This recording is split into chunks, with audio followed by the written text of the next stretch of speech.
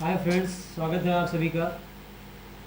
आज की इस वीडियो में हम चर्चा करने वाले हैं नंबर सिस्टम पर और जानेंगे कि हमारे नंबर सिस्टम में किस प्रकार के नंबरों का इंक्लूडिंग किया गया है। चलिए वीडियो को स्टार्ट करते हैं और सर्वप्रथम स्टार्ट करते हैं नंबर सिस्टम से। नंबर सिस्टम जिसका हिंदी में अर्थ होता है संख्या पद्धति। और इस चैप्टर में हम पढ़ने वाले हैं विभिन्न प्रकार के नंबर्स के बारे में, जिसमें सबसे पहला नंबर से है नेचुरल नंबर्स। किसका? नेचुरल नंबर्स का। अगर नंबर के विषय में बात की जाए तो इसमें सबसे पहला नंबर आता है नेचुरल नंबर का। नेचुरल नंबर जिसे हम हिंदी में कहते हैं प्राकृतिक संख्या। ठीक, वो संख्या जिसे हम गिनने में प्रयोग करते हैं उसी को हम प्राकृतिक संख्या कहते हैं। और इन संख्याओं की जो स्टार्टिंग होती है वो 1 से स्टार्ट होता है। 1 2 3 4 and 5 6 and dot dot dot up to infinity, मतलब अनंत तक ये संख्याएं हैं। 1 से स्टार्ट होती हैं और अनंत तक ये संख्याएं हैं। इन्हीं संख्याओं को हम नेचुरल नंबर या प्राकृतिक संख्या भी कहते हैं। हिंदी में इन्हें प्राकृतिक संख्या कहने का एक और भी कारण है। कारण ये है कि जब कभी भी हम गिनना स्टार्ट करते हैं तो प्राकृतिक रूप से हम शुरुआत हमेशा 1 से ही करते हैं। 1 2 3 4 5 6 ऐसे करके हुए, तो इसीलिए हम हमारे प्राकृतिक व्यवहार में ये संख्याएं हैं, इसीलिए हम इसको प्राकृतिक संख्या भी कहते हैं। आगे इनसे एक और नाम से भी जानते हैं, काउंटिंग नंबर्स। इन्हें हम काउंटिंग नंबर्स के भी नाम से जानते हैं। अगर आपसे पूछा जाए कि काउंटिंग नंबर्स में कौन कौन सी संख्याएं आती हैं तो आप ये जानते रहिए कि काउंटिंग नंबर्स में यही संख्याएं प्रयोग की जाती हैं, जो कि 1 2 3 4 5 6 7 8 अप टू इन्फिनिटी तक होती हैं। इसके बाद जो दूसरा नंबर आता है वो आता है होल नंबर का। होल नंबर जिसे हम कहते हैं पूर्ण संख्या। होल नंबर अर्थात पूर्ण संख्या। पूर्ण संख्या है। अब यहाँ देखने से पता चल रहा है कि हमारे पास सारी संख्याएं तो यहाँ पर अवेलेबल हैं। हम 6 के आगे 7 पा सकते हैं, 8 पा सकते हैं, 1000 पा सकते हैं, 10,000 पा सकते हैं, 20,000 पा सकते हैं, 20,005 पा सकते हैं। लेकिन क्या कभी ऐसा दिख रहा है कि आप 0 पा सकते हैं? यहाँ पर आपको 0 नहीं मिल रहा होगा। तो 0 के बिना कोई भी संख्या पूर्ण संख्या नहीं हो सकती। तो अगर आप 0 को भी इन्हीं संख्याओं के साथ इंक्लूड कर लीजिए तो यही संख्याएं क्या हो जाएंगी? पूर्ण संख्या का रूप ले लेंगी। इसका मतलब ये हुआ कि पूर्ण संख्या वो संख्या श्रेणी है जिसमें 0 को भी सम्मिलित कर लिया गया है। 0 के बाद 1 2 3 4 5 6 अन्य संख्याएं अप टू इन्फिनिटी, मतलब 0 को सम्मिलित करने के बाद सारी नेचुरल संख्याओं को अगर सम्मिलित कर लिया जाए तो जो एक संख्या का भंडार हमें प्राप्त होगा, यही संख्या का भंडार हमारी कैसी संख्या हो जाती है? होल नंबर्स हो जाती है, जिसे हम पूर्ण संख्या कहते हैं। तीसरा नंबर आता है जो सबसे ज़्यादा परीक्षा में पूछा भी जाता है, और इस नंबर को हम कहते हैं रेशनल नंबर। क्या कहते हैं? Rational number. अब रेशनल नंबर किसे कहते हैं? रेशनल नंबर का हिंदी में अर्थ होता है परिमेय संख्याएं। परिमेय संख्या। इसकी परिभाषा पहले ध्यान से सुनिए कि परिमेय संख्या की परिभाषा क्या है। ये संख्या एक ऐसी प्रकार की संख्या है, कह रहा है कि कोई यदि संख्या हम P/Q के रूप में लिख ले जाए, कोई भी ऐसी संख्या हो जिसे हम P/Q के रूप में लिख ले जाए, और यहाँ पर एक शर्त और भी है कि Q कभी भी 0 के बराबर ना होने पाए, मतलब Q का मान कभी भी 0 ना होने पाए। तो इसी P/Q वाली संख्या को ही हम क्या कहते हैं? रेशनल नंबर्स कहते हैं। मतलब जो आप भिन्न वाली जितनी भी संख्या पढ़ते हो, 2/3 3/3 4/3 5/3 6/3, ये सारी संख्याएं जो हैं वो किस श्रेणी में आती हैं? रेशनल नंबर्स में। जैसे 5/3 हो गया आपका, 2/3 हो गया आपका, 4/7 या 7/4 हो गया। ये सारी भिन्नात्मक जितनी भी संख्या हैं वो सारी किस में आती हैं? परिमेय संख्या में। अब जो अगला नंबर है वो इसी का ठीक उल्टा है, जिसे हम कहते हैं इर्रेशनल नंबर। इर्रेशनल नंबर, जिसका हिंदी में अर्थ होता है अपरिमेय संख्या। कौन सी संख्या भैया? अपरिमेय संख्या। अपरिमेय संख्या। अब ये संख्या क्या है? इस संख्या के विषय में बस इतना सा जानना है कि रेशनल नंबर का अगर ये उल्टा है तो रेशनल नंबर की परिभाषा बताते समय हमने ये बताया कि अगर संख्या को P/Q के रूप में लिखो और Q की वैल्यू 0 ना हो तो वो संख्या रेशनल नंबर है। अब इर्रेशनल में क्या होगा कि संख्या को हम P/Q के फॉर्म में नहीं लिख सकते। P/Q के फॉर्म में नया लिख सकते हो तो वही संख्या क्या होती है? इर्रेशनल नंबर्स होती है। अब इनमें आती कौन कौन सी संख्याएं हैं? अक्सर जितनी भी रूट में लिखी हुई संख्याएं हैं, अंडर रूट के अंदर लिखी हुई, क्यूब रूट के अंदर लिखी हुई जितनी भी संख्याएं हैं वो सारी संख्याएं किस श्रेणी में आती हैं? अपरमेय संख्या थी। हाँ, लेकिन एक शर्त ये है कि अपरमेय संख्या में अंडर रूट में आने वाली जो संख्या लिखी हुई हो वो यहाँ पर लिखी हुई संख्या कभी पूर्ण वर्ग ना हो, परफेक्ट स्क्वायर ना हो। अगर परफेक्ट स्क्वायर नहीं होती है तो वो संख्या किस श्रेणी में आ जाएगी? अपरमेय संख्या में। ठीक है, अब अगली संख्या की बात करते हैं। अगली संख्या जो आपकी है 5वें नंबर की, वो है आपकी प्राइम नंबर। इसको हम कहते हैं प्राइम नंबर।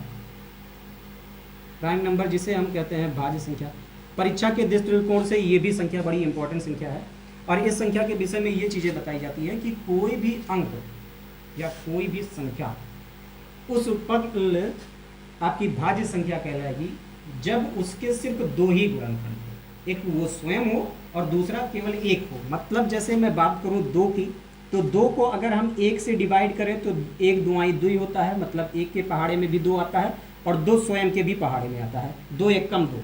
ठीक, तो यहाँ पर आप देख रहे हैं कि दो एक ऐसी संख्या है जो अपने आप से भी कट रही है और एक से कट रही है। अब इसके अलावा कोई और ब्रह्मांड की ऐसी संख्या नहीं है जो इस दो को काट सके। तो अगर किसी भी संख्या के केवल दो ही गुणनखंड हो रहे हैं, केवल दो ही फैक्टर हो रहा है, तो ऐसी संख्याओं को हम क्या कहते हैं? भाज्य संख्या। आगे की बात करिए, जैसे तीन अंक की हो गई बात। तीन को देखिए, तीन को काटने के लिए सिर्फ तीन एक से कटेगा और तीन सिर्फ तीन से कटेगा। इसके अलावा कोई अन्य संख्या नहीं है जो तीन को काट पाए। इसका मतलब ये हो गया कि भाज्य संख्याएं वो संख्याएं हैं जिनके सिर्फ दो ही गुणनखंड होते हो, दो से अधिक गुणनखंड ना होते हो। ठीक, अब बात आती है सबसे छोटी प्राइम संख्या। पूछता है आपसे कि सबसे छोटी प्राइम संख्या क्या है, तो सबसे छोटी प्राइम संख्या यहाँ आप देख रहे हैं कि सबसे छोटी प्राइम संख्या क्या है? दो है। अब बात करेंगे आप एक की भी, कि एक तो खुद से भी कटता है और एक के पहाड़े में भी आता है, लेकिन एक के साथ ये कंडीशन फॉलो तो हो रही है, लेकिन ऐसा नहीं माना जाता है। दोनों रूप में मैं परिभाषा में भी कह रहा हूँ कि किसी भी संख्या के जब दो अलग अलग गुणनखंड हो, लेकिन यहाँ एक का एक ही तरह का दोनों गुणनखंड है, इसलिए हम इसे इस श्रेणी में नहीं मानते हैं। इस श्रेणी की शुरुआत कहाँ से होती है? दो से होती है। अक्सर परीक्षाओं में पूछ लेता है कि निम्न में से कौन सी प्राइम संख्या है। ठीक, अब आपको एक भी दे दिया, दो भी दे दिया, लोग सोचते हैं कि एक भी तो दो एक खुद ही से कटता है, एक से भी कटेगा, खुद से भी कटेगा, एक सेलेक्ट करके आते हैं, सवाल हो जाता है गलत। तो ऐसी गलती आप नहीं करिएगा। प्राइम संख्या वो संख्या है जिसमें केवल दो ही गुणनखंड पाए जाते हो, तो वो संख्या प्राइम संख्या है। अगला हो गया इसी का ठीक उल्टा। प्राइम का उल्टा होता है कंपोजिट।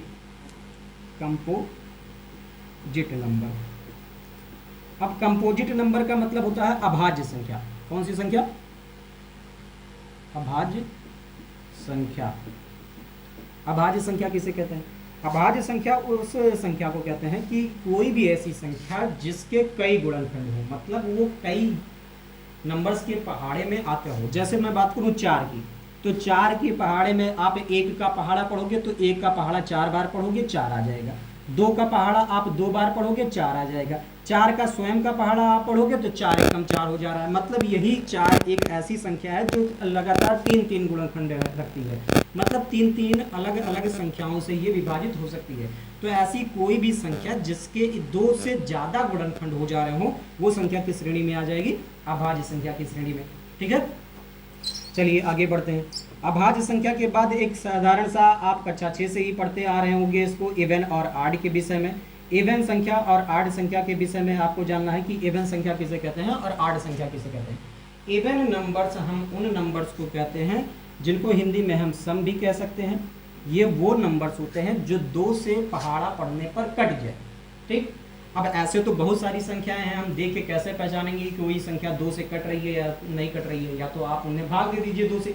तो दो से अगर आप भाग नहीं देना चाह रहे हैं तो आप बस एक पहचान इनकी रखिए कि इन संख्याओं के हमेशा इकाई अंक पर 0 होगा या 2 होगा या 4 होगा, ये 6 होगा या 8 होगा। इन्हीं संख्याओं में से कोई एक संख्या उस पर होगी। जैसे मैं कह दूं, ये बताओ 7000 7 5 3 2 6 1, क्या ये भाज्य संख्या है?